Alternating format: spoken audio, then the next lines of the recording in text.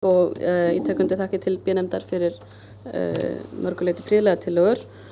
Svona tek undir þessar vangaveltur ýmissa þetta með að sveitarfélög skuli hafa nægilega burði og tekjur.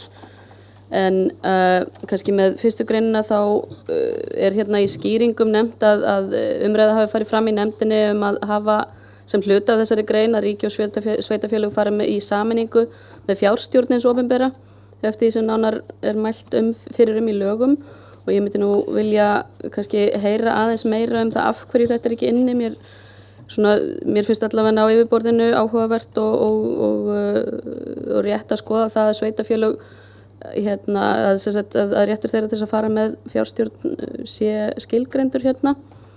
Þá vil ég taka undir ánægju raddir sem hafa heyrst með að nálægðarreglan sé sett inn, og ég höll undir þá skoðun að því nær ákvörðun sem að valdið sem að tekur hana, að þeim mun betri getið orðið. En það eiginlega þriðja greinin sem ég vildi aðeins spyrja og ég fagnaði mjög að þessi komið inn tillaga að ákvæði rétt íbúa sveitarfélags til þess að óska eftir atkvæðagreiðslu. En ég myndi vilja sjá þetta orðalag kannski ívið sterkara, sem maður horfir á þetta og segir rétt íbúa sveitarfélags til þess að óska eftir atkvæðagreiðslu málefni þess skal skipa með lögum. Væri þá hægt að segja í lögum að íbúar sveitarfélags hafa ekki rétt til þess að óska eftir atkvæðagreiðslu. Það lagagrein réttinn. Þannig að ég myndi vilja segja að íbúar sveitarfélags hafa rétt til þess að óska eftir atkvæðagreiðslu.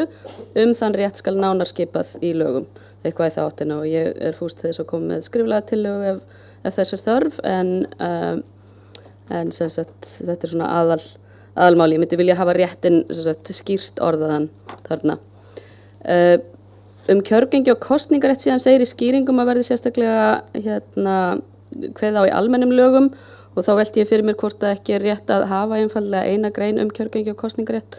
Það erfitt með að sjá fyrir mér að það öðruvísi í sveitarstjórnarkosningum heldur en í þingkosningum til dæmis, og hvort að nefndir B og C þyrftu kannski bara að vera með í sameiginlega tillögu á eitt ákvæði þetta.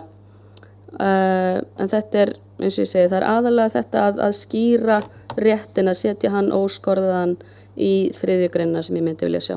Annars þakka ég bara fyrir almennt fínar tillögur. Takk fyrir.